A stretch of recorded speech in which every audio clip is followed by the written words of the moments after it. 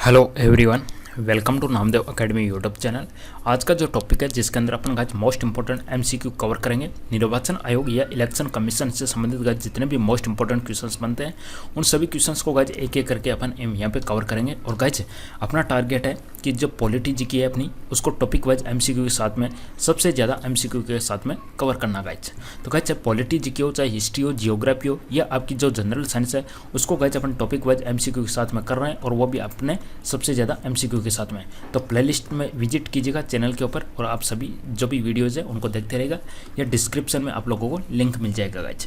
तो चलो गाइज शुरुआत कर लेते हैं अपने क्वेश्चंस को। तो वीडियो को लाइक कर दीजिएगा, चैनल को सब्सक्राइब कर लीजिएगा नहीं किया है तो। गाइज आज का जो पहला क्वेश्चन है वो आप लोगों के सामने आ चुका है।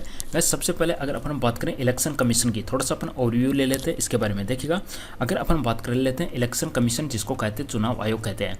गाइज ये सबसे पहले आप सभी को पता होना चाहिए ये संवैधानिक संस्था है, यानी इसके अंदर संविधान के अंदर पहले से बनाया गया है। और इसके लिए गाइज जो आपके जो अनुच्छेद है 324 से लेकर 329 तक के जो अनुच्छेद है वो आपकी चुनाव आयोग से संबंधित है।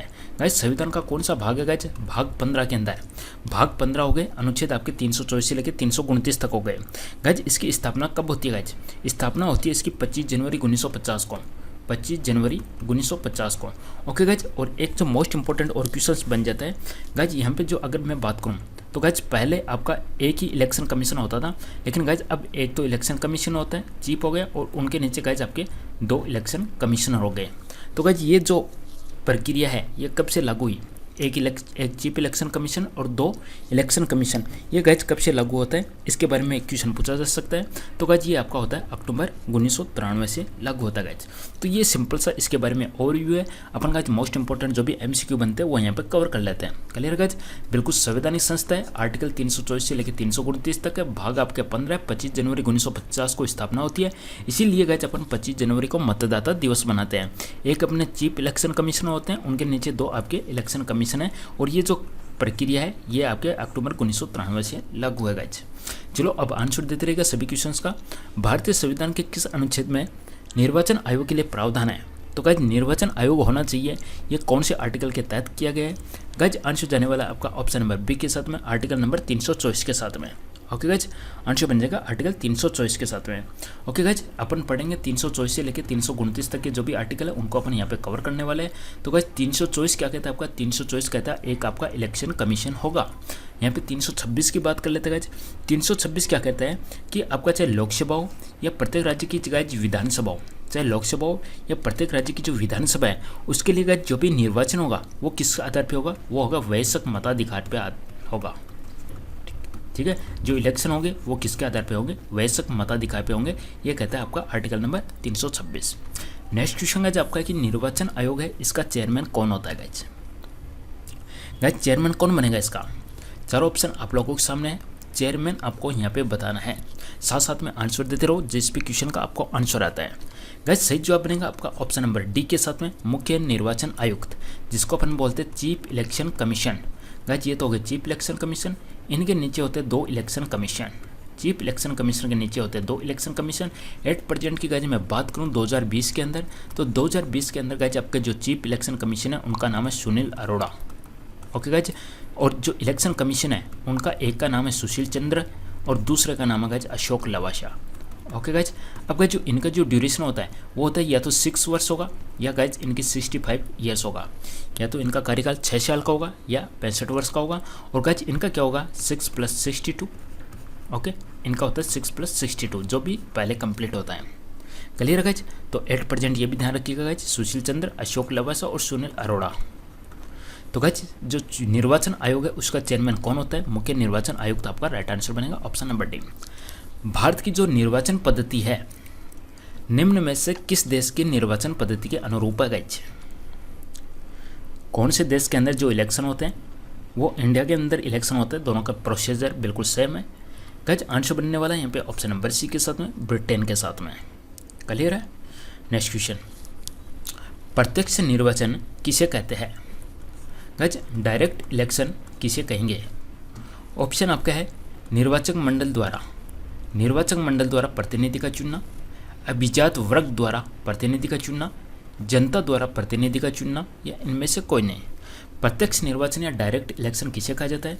गाइज आपका बिल्कुल सही जवाब बनेगा यहाँ पे जनता द्वारा अपने प्रतिनिधि को चुनना, चाहे गैज आपका MLA हो, चाहे आपका MP हो, चाहे गैज आपका कोई सरपंच हो, पंच हो, कुछ भी हो, उनको यदि आपकी डायरेक्ट जनता चुन रही है तो वो कहलाती है आपकी direct election. Option number C आपका यहाँ पर करेक्ट आंसर बनेगा। भारत के अंदर जो गैज वोटिंग लिस्ट होती है या जो निर्वाचन सूची या जो वोटिंग लिस्ट वाल है वो तैयार करने की जिम्मेदारी किसकी है? ओके गाइज बताइएगा, निर्वाचन आयोग की है या निर्वाचन अधिकारी की है या स्थानीय प्रशासन की है? निर्वाचन सूची वोटिंग लिस्ट तैयार करने की जिम्मेदारी किसकी है? गाइज आंसर जाने वाला है ऑप्शन नंबर 1 के साथ में निर्वाचन आयोग। ध्यान रखिएगा, इलेक्शन कमीशन की जिम्मेदारी है। निर्वाचन सूची तैयार करने की जिम्मेदारी किसकी है गाइज? इलेक्शन कमीशन निर्वाचन आयोग की। नेक्स्ट क्वेश्चन गाइज, निर्वाचन आयोग का प्रमुख कौन होता है? क्वेश्चन दोबारा से आ चुका है, फिर भी चलो अपन इसका जवाब दे लेते हैं। इसका जो प्रमुख बोल दीजिएगा या गाइज इसका आप चेयरमैन बोल दीजिएगा। निर्वाचन आयोग हो गया, इसका जो चेयरमैन होता है हमेशा आपका होता है मुख्य निर्वाचन आयुक्त, चीफ इलेक्शन कमीशन होता है। निर्वाचन आयोग की स्थापना होती है आर्टिकल 324 के अकॉर्डिंग, आर्टिकल 324 के अकॉर्डिंग। मुख्य निर्वाचन आयुक्त एट प्रेजेंट आपके Sunil Arora. Next question guys आपका है कि संसद के द्वारा मुख्य निर्वाचन आयुक्त, चीफ इलेक्शन कमीशन तथा अन्य निर्वाचन आयुक्त, इलेक्शन कमीशन, इनकी सेवा शर्तों से संबंधित अधिनियम कब पारित हुआ? अधिनियम पूछा गया गाइज, इनसे संबंधित जो अधिनियम है वो कब पारित होता है गाइज? सेवा शर्तों से संबंधित अधिनियम कब पारित होता है? गाइज आंसर बनेगा यहाँ पे ऑप्शन नंबर डी के साथ में 1994 के अंदर। गाइज अधिनियम की बात करें तो आपका राइट आंसर बन जाएगा 1994 के साथ में, ठीक है। और गाइज 1 अक्टूबर 1993 से आपका ये 3 मेंबर वाला आयोग काम करने लग जाता है, चीफ इलेक्शन कमीशन, उनके नीचे 2 इलेक्शन कमीशन। ये जो घटनाक्रम है, ये जो प्रोसेस है, ये लागू होता है आपका 1 अक्टूबर 1993 से।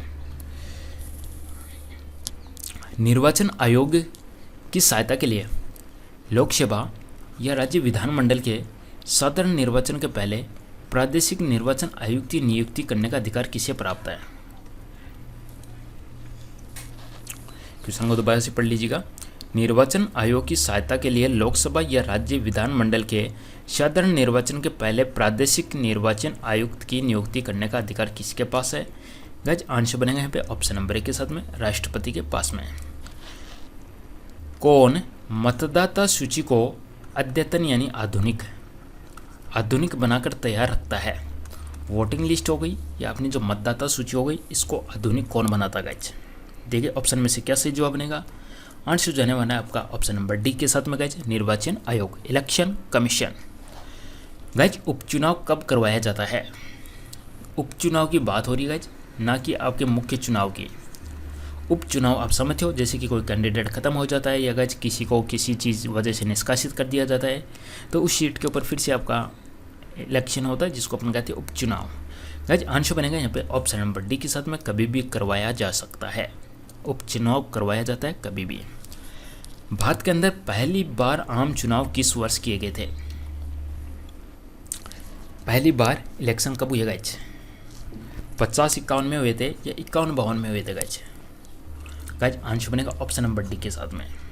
26 जनवरी 1950 को संविधान लागू होता है, ओके गाइज। और 25 जनवरी, उससे पहले 25 जनवरी 1950 को आपका इलेक्शन कमीशन गठित होता है। 25 जनवरी 1950 को आपका इलेक्शन कमीशन गठन होता है। 26 जनवरी 1950 को संविधान लागू हो जाता है और उसी के बाद में 50 के बाद में 1951-52 के अंदर आपका सबसे पहले इलेक्शन होता है। भारतीय निर्वाचन आयोग, इंडियन इलेक्शन कमीशन ने वर्ष 2010 में अपनी कौन सी जयंती मनाई? ओके गाइज, तो गाइज जरूर नहीं 2010 ही है, तो थोड़ा ये ध्यान रखिएगा। यदि 1950 के अंदर स्थापना होती है, 1950 में स्थापना होती है गाइज, तो 2010 में कितने वर्ष हो जाएंगे? 50 + 10 गाइज 60 वर्ष होने चाहिए। 60 वर्ष होते हैं, तो 60 वर्ष के अंदर स्वर्ण जयंती बताई जा रही है गाइज। तो गाइज स्वर्ण जयंती तो एक्चुअल में 2000 के अंदर ही आ जाती है। ये 2010 में कैसे मना ली इसने? गोल्डन तो यहाँ पे 2000 में ही आ जाती है गाइज, ठीक है, क्योंकि 1950 में स्थापना होती है। तो थोड़ा सा इस यहाँ पे देख लीजिएगा गाइज, यहाँ पे okay guys. Next question guys, parliament यानी संसद की बात हो रही है। संसद द्वारा दिसंबर 1989 में निर्मित कानून के अनुसार एक नागरिक के वयस्क होने की कानूनी आयु क्या है? दिसंबर 1989 में निर्मित कानून के अनुसार एक व्यक्ति कब वोट कर सकता है अकॉर्डिंग टू दिसंबर 1989? ये भी आपके लिए मोस्ट इंपॉर्टेंट है। दिसंबर 1989 गज आंसर बनेगा ऑप्शन नंबर डी के साथ में 18 वर्ष की आयु होने पर वोट कर सकता है।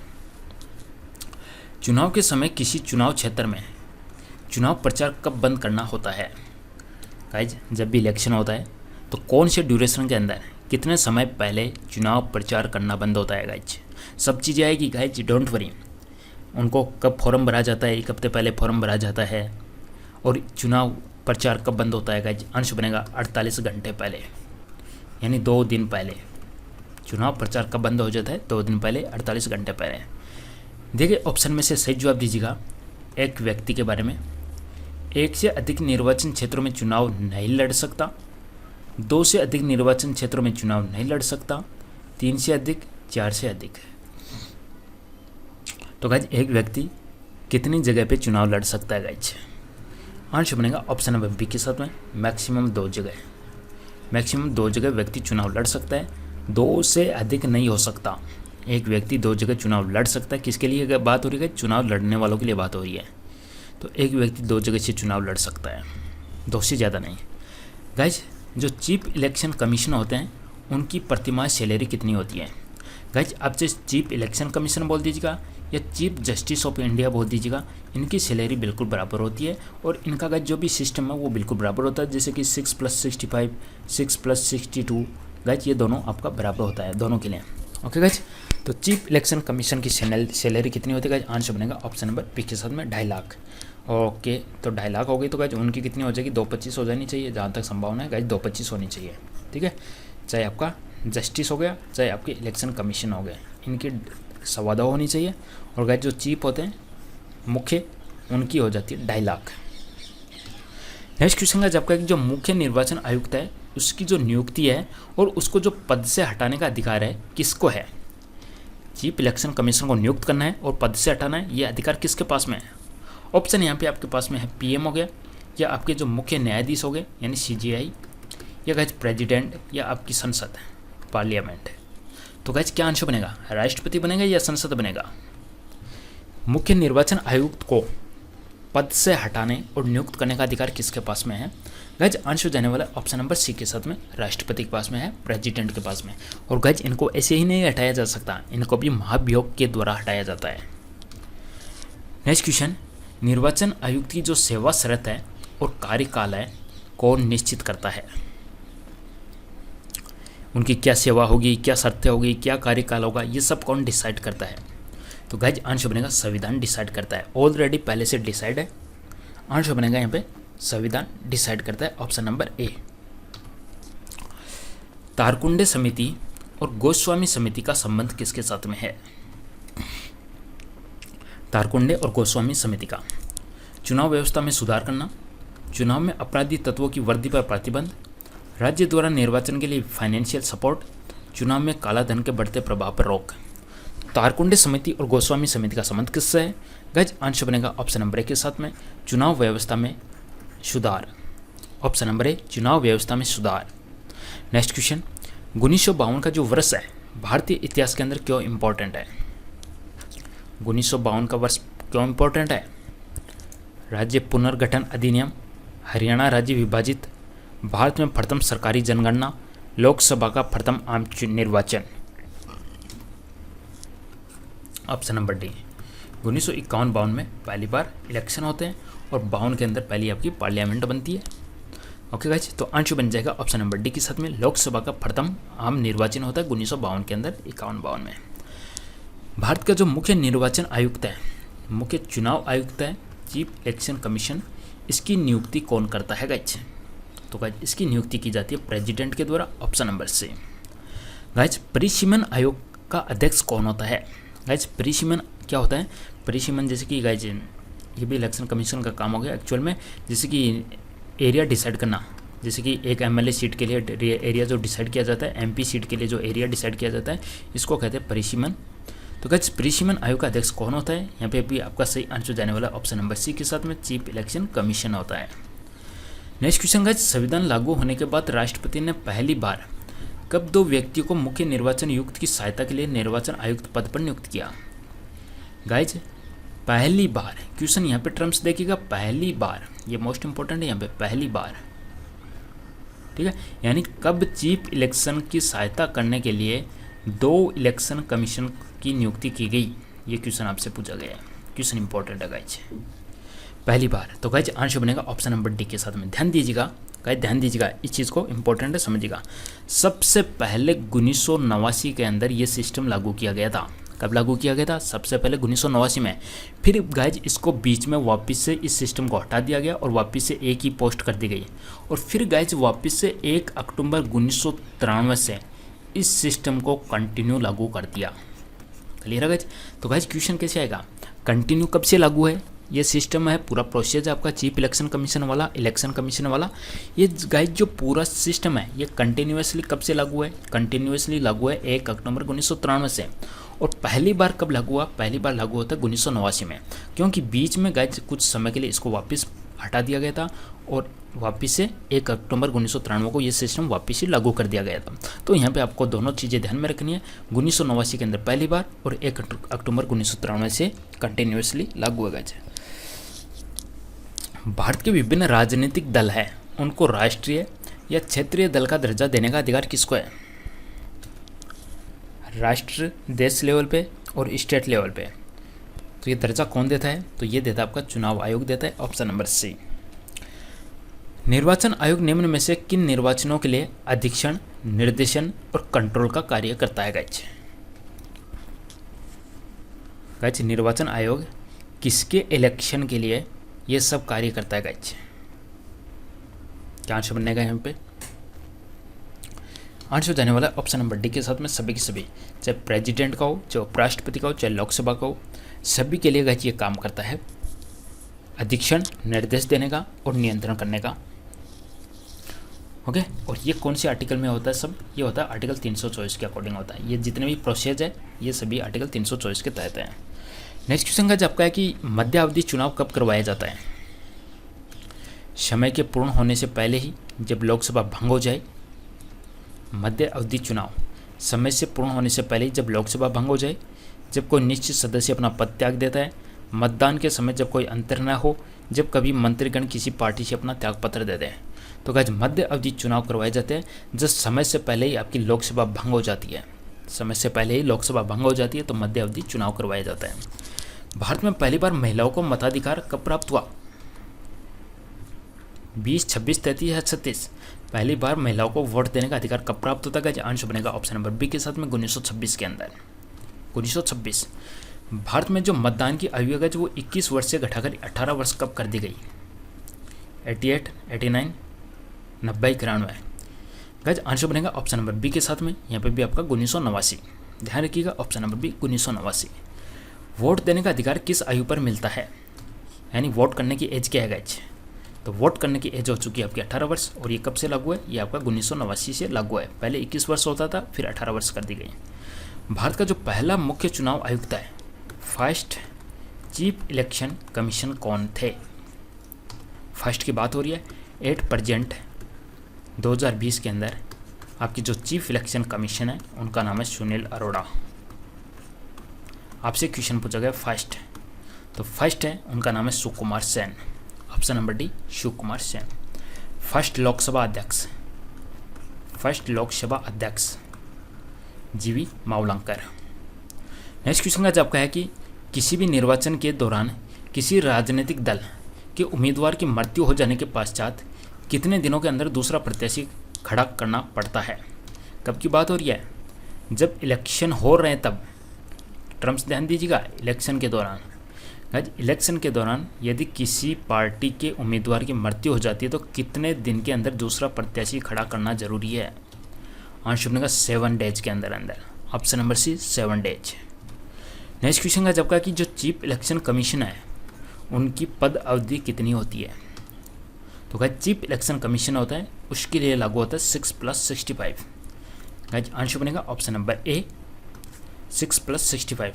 और गाइज ये 6+62 किसके लिए लागू होता है? ये आपका लागू होता है इलेक्शन कमीशन के लिए, और ये लागू होता है आपका चीफ इलेक्शन कमीशन के लिए। नेक्स्ट क्वेश्चन गाइज आपका कि जो आपकी जो इलेक्शन कमीशन है, अन्य निर्वाचन आयुक्त, इनकी पदावधि कितनी होती है? तो गाइज अन्य की बात हो रही है तो अन्य के लिए हो जाएगी आपकी ऑप्शन नंबर ए। क्लियर है? 6 या 62 जो भी पहले समाप्त होती है, 6 या 62, ये रूल गाइज उनके लिए, अपने न्यायाधीश के लिए और मुख्य न्यायाधीश के लिए। गाइज जो आपके अन्य निर्वाचन आयुक्त है अपना त्यागपत्र किसे देंगे? अपने जो इलेक्शन कमीशन है वो अपना त्यागपत्र किसे देंगे गाइज? चीफ की बात तो नहीं हो रही, ओनली इलेक्शन की बात हो रही है, इलेक्शन कमिश्नर की है। तो गाइज ये अपना त्यागपत्र देंगे प्रेसिडेंट को, और अपने जो जस्टिस होते हैं सुप्रीम कोर्ट के, हाई कोर्ट के, वो भी किसको देंगे? राष्ट्रपति को। नेक्स्ट क्वेश्चन गाइज आपका जो दिनेश गोस्वामी समिति ने सिफारिश की थी, पहले समिति आई थी आपकी तारकुंडे समिति। ओके, तो गाइज तारकुंडे समिति का था चुनाव में सुधार से संबंधित। दिनेश गोस्वामी समिति थी लोकसभा के चुनाव के सरकारी नीतिहन की, लोकसभा के चुनाव के सरकारी नीतिहन की। नेक्स्ट क्वेश्चन, दिनेश गोस्वामी समिति का संबंध किससे था? बैंकों में राष्ट्रीयकरण या निर्वाचन सुधार? गाइज आंसर बनेगा option number B. Dinesh Goswami समिति का संबंध था निर्वाचन सुधारों से। गाइज आपकी जो चीफ इलेक्शन कमीशन है, इनको पद से कैसे हटाया जा सकता है? मुख्य न्यायाधीश और हाई कोर्ट द्वारा, राष्ट्रपति द्वारा, मंत्रिमंडल के प्रस्ताव द्वारा, संसद के दोनों सदनों के सदस्य के 2/3 बहुमत से प्रमाणित कदाचार के आधार पर। तो गाइज आंसर बनेगा ऑप्शन नंबर डी, यानी महाभियोग के द्वारा ही हटाया जा सकता है 2/3 बहुमत से। संसद के दोनों सदनों के सदस्यों के 2/3 बहुमत से प्रमाणित कदाचार के आधार पर चीफ इलेक्शन कमीशन को हटाया जा सकता है। किसका संबंध चुनाव आयोग से नहीं है गाइज? चुनाव की अधिसूचना जारी करना, चुनाव चिन्ह का बंटवारा करना, चुनाव की वैलिडिटी का निपटारा करना, चुनाव शांतिपूर्ण ढंग से संपन्न कराना, चुनाव आयोग से संबंधित नहीं है गाइज। तो आंसर बनेगा ऑप्शन नंबर सी, चुनाव की वैलिडिटी का निपटारा करना, ऑप्शन नंबर सी, चुनाव की वैधता का निपटारा करना, ऑप्शन नंबर सी आपका यहाँ पर करेक्ट आंसर बनेगा। चुनाव आयोग से संबंधित नहीं है, चुनाव की वैधता, ऑप्शन नंबर सी। ठीक है, निम्न में से कौन सा आयोग भारत के संविधान के एक अनुच्छेद के अंतर्गत सुस्पष्ट उपबंध के पालन में गठित हुआ? संवैधानिक आयोग है गाइज कौन सा, जो संवैधानिक रूप से गठित हुआ? तो आंसर बनेगा निर्वाचन आयोग, आर्टिकल 324 के तहत इसकी स्थापना होती है 25 जनवरी 1950 को। कौन सा कार्य निर्वाचन आयोग का नहीं है गाइज? जो भी चिन्ह है उनको आवंटित करना, इलेक्शन की डेट तय करना, चुनाव की निष्पक्षता बनाए रखना, चुनाव के लिए उम्मीदवारों का चयन करना। तो गाइज इलेक्शन कमीशन का काम नहीं है उम्मीदवारों का चयन करना गाइज, ये अपनी पार्टी डिसाइड करती है, जिसकी भी पार्टी है। नेक्स्ट क्वेश्चन गाइज आपका कि जो लोकसभा या जो विधानसभा के कोई भी चुनाव प्रत्याशी की जमानत राशि कब जब्त कर ली जाती है? जमानत कब जब्त होगी? 1/4 मत प्राप्त नहीं कर पाता है, 1/5 वोट नहीं मिलता, 1/6 वोट नहीं मिलता। गाइज आंसर बनेगा ऑप्शन नंबर डी के साथ में, जब वह टोटल वोट का कुल मतदान, यहाँ पे कुल मतदाता का 1/6 मत भी प्राप्त नहीं कर पाता। कुल मतदान है गाइज, कुछ मतदान है, मतदाता नहीं है, मतदान। जितने भी वोट होते हैं उनका यदि 1/6, ये टर्म ध्यान में रखिएगा, मतदान है यहाँ पे, कुल मतदान, मतदाता मत कर दीजिएगा गाइज, कितने लोग वोट करते हैं उनका 1/6 भी नहीं मिलता है, तब जमानत राशि जब्त कर ली जाती है। भारत का मुख्य निर्वाचन आयुक्त अपना पद धारण करता है। तो गाइज आंसर बनेगा 6 वर्ष के लिए या 65 वर्ष की आयु, इनमें से जो भी पहले हो। नेक्स्ट क्वेश्चन गाइज, ईवीएम का प्रयोग भारतीय चुनाव में कब से प्रारंभ हुआ? ईवीएम की जो फुल फॉर्म होती है वो होती है इलेक्ट्रॉनिक वोटिंग मशीन। कब से इसका प्रारंभ हुआ गाइज?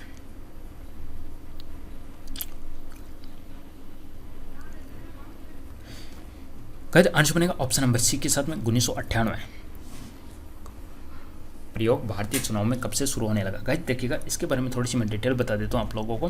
गाइज देखिएगा, गाइज भारतीय चुनाव में कब से प्रारंभ हुआ? गाइज देखिएगा, इसके बारे में बात कर लेते हैं एक बार अपन। गाइज सबसे पहले 1982 के अंदर, सबसे पहले 1982 के अंदर केरल के अंदर इसका यूज हुआ। सबसे पहले 1982 के अंदर केरल के अंदर सबसे पहले यूज हुआ गाइज। और गाइज 1998 के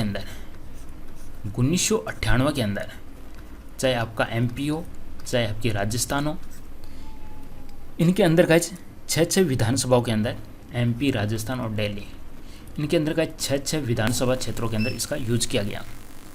ओके, तो गाइज आंसर बन जाएगा ऑप्शन के अकॉर्डिंग 1998। और गाइज 2004 के जो कंप्लीट इलेक्शन होते हैं गाइज, चाहे आपकी विधानसभा वाले हो, 2004 के जो कंप्लीट इलेक्शन है उनके अंदर सबसे पहले ये यूज किया गया था, संपूर्ण 2004 के अंदर यूज किया गया था। और गाइज फर्स्ट स्टेट पूछे आपसे जिसने अपने राज्य में यूज लिया वो था गोवा, सबसे पहले गोवा के अंदर। ओके गाइज, गोवा पहला राज्य था गाइज। और पहले जो आम चुनाव हुए थे इलेक्शन वाले 2004 वो कम्प्लीटली आपके करवाए गए थे EVM के द्वारा। निर्वाचन आयोग, सुप्रीम कोर्ट या संघ लोक सेवा आयोग, केग, इनका जो कार्यालय है जिस संस्थाओं में कौन सा एक लक्षण बिल्कुल समान है, चाहे निर्वाचन आयोग हो, चाहे अपना सुप्रीम कोर्ट हो, चाहे संघ लोक सेवा आयोग हो, चाहे केग हो, इनके अंदर कॉमन क्या है, ये सभी की सभी आपकी संवैधानिक संस्थाएं हैं। इनका जो गठन होता है संविधान के अनुच्छेद के तहत होता है, सभी की सभी संवैधानिक संस्थाएं हैं। निर्वाचन आयोग का चेयरमैन कौन होता है, तो गाइस आंसर बनेगा आपका मुख्य निर्वाचन आयुक्त। भारत के मुख्य चुनाव आयुक्त की नियुक्ति कौन करता है, तो मुख्य चुनाव आयुक्त की नियुक्ति की जाती है राष्ट्रपति के द्वारा की जाती है गाइस। निर्वाचन आयोग का प्रमुख कौन होता है, तो गाइस प्रमुख की बात करें, प्रमुख भी आपका मुख्य निर्वाचन आयुक्त होता है। परिसीमन आयोग का अध्यक्ष कौन होता है, क्वेश्चन रिपीट हो गए, कोई दिक्कत नहीं गाइस, यहाँ पे भी आपका आंसर जाएगा मुख्य चुनाव आयुक्त। रिटर्निंग अधिकारी कौन होता है गाइस, तो रिटर्निंग अधिकारी कौन होता है, वह अधिकारी जो किसी निर्वाचन क्षेत्र में चुनाव के लिए उत्तरदायी होता है और जो परिणाम की घोषणा करता है, जो रिजल्ट की घोषणा करता है। ऑप्शन नंबर डी, किसी निर्वाचन क्षेत्र में चुनाव के लिए उत्तरदायी होता है और परिणाम की घोषणा करता है। एक दो क्वेश्चन और है, देख लेते हैं फटाफट गाइस। ये भी दोबारा से आ गया, निर्वाचन आयोग, सुप्रीम कोर्ट, संघ लोक सेवा आयोग और आपका जो केग है, ये सभी की सभी आपकी संवैधानिक संस्थाएं है, संविधान के तहत इनका गठन होता है। ओके गाइस, भारत के निर्वाचन आयोग के कार्य क्या है, संसद और राज्य विधानमंडलों के सभी चुनाव करवाना, राष्ट्रपति उपराष्ट्रपति के लिए चुनाव कराना, किसी राज्य में स्वतंत्र और निष्पक्ष चुनाव के लिए अनुकूल दशा न होने पर राष्ट्रपति शासन लगाए जाने की संस्तुति करना, निर्वाचन सूचियों तैयार करने कार्य का निरीक्षण, निर्देशन, नियंत्रण।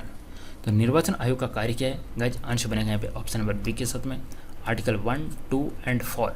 ठीक है, तो गाइस ये जो राष्ट्रपति शासन लगाने की अनुशंसा, ये इलेक्शन कमीशन का काम नहीं है, ये राज्यपाल वगैरह देखेंगे। Okay guys, next question. Okay guys, यहाँ पे मैं समाप्त करता हूँ गाइस, एक और टॉपिक अपना आज कंप्लीट हो चुका है, इसी के साथ में गाइस अपना निर्वाचन आयोग कंप्लीट हो चुका। ओके गाइस, वीडियो को लाइक कर दीजिएगा, चैनल को सब्सक्राइब कर दीजिएगा और डिस्क्रिप्शन के अंदर आपको प्लेलिस्ट मिल जाएगी या आप चैनल पे विजिट कीजिएगा, आपको कंप्लीट प्लेलिस्ट मिल जाएगी गाइस। टॉपिक वाइज MCQ अपन ज़्यादा से ज़्यादा कर रहे हैं उनको। धन्यवाद, थैंक यू।